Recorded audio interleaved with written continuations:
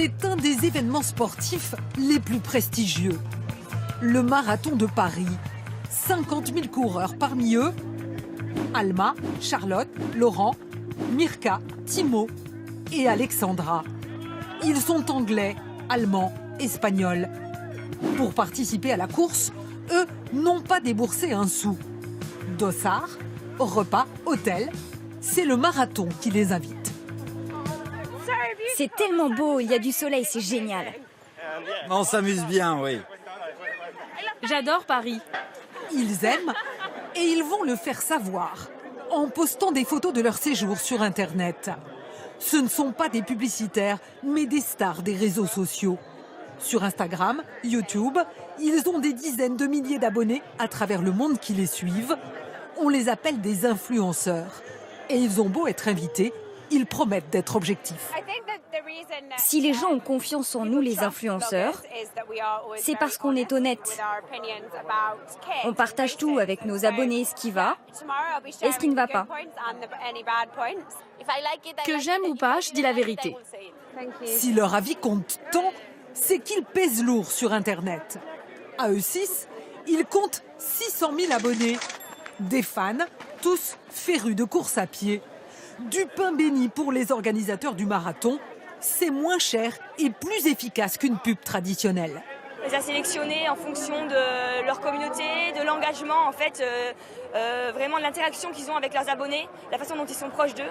Et donc voilà, et le but c'est d'élargir vraiment le public et de toucher le plus de monde possible via ces influenceurs.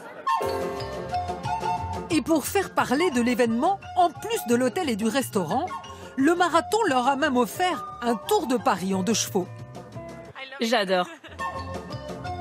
Certains influenceurs sont même rémunérés par des marques. Jusqu'à plusieurs milliers d'euros. Ils exercent dans la mode, le sport, le voyage. Salut les vaches! Qui sont-ils, ces rois d'Instagram et de YouTube? Ça va? Guillaume Doquitonon dirige une société qui met en contact marques et influenceurs. Il a mis au point un outil qui l'aide à trouver les bons profils. Cet influenceur, par exemple, c'est un influenceur important. Il y a 800 000 personnes qui se sont abonnées à sa chaîne YouTube. C'est un influenceur qui est en croissance. Un bon point. Son public, des jeunes filles. Elles sont fans d'Apple, Walt Disney, Nike, Adidas. C'est donc à ces entreprises qu'il va proposer les services de l'Instagrammeur. Mais à partir de combien d'abonnés devient-on influent? À partir de 5 000 abonnés, c'est là, nous, à partir du moment où on considère que la personne commence à être vraiment influenceur. Et puis ensuite, dès 10 000 abonnés, le nombre de partenariats s'accélère et puis on peut commencer à potentiellement en vivre à partir de 100 000 abonnés. C'est le cas de Clément Lazuèche. Sur Instagram, il a 183 000 abonnés. À Bruxelles, ce jour-là, il est invité par une grande chaîne d'hôtels. Lazuèche, Clément. La chambre, les repas. Il ne paiera rien en échange de quelques photos et vidéos sur son compte Instagram. Mais pour lui, ça va plus loin.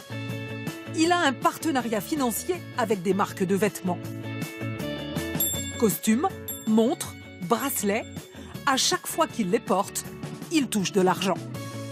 Donc vous faites d'une pierre plusieurs coups là. Oui, tout à fait. Et maintenant, au boulot. Bien arrivé au Radisson Blu. Vidéo dans la chambre, photos dans les rues de Bruxelles. Au restaurant, il partage tout avec ses abonnés.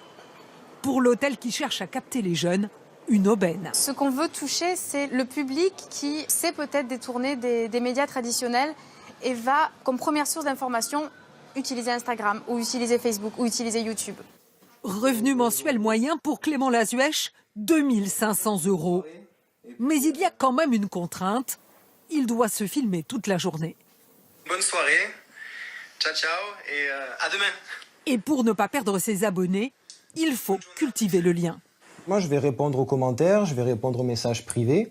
La proximité, c'est le secret de l'influenceur avec ses followers. C'est aussi le secret de son gagne-pain.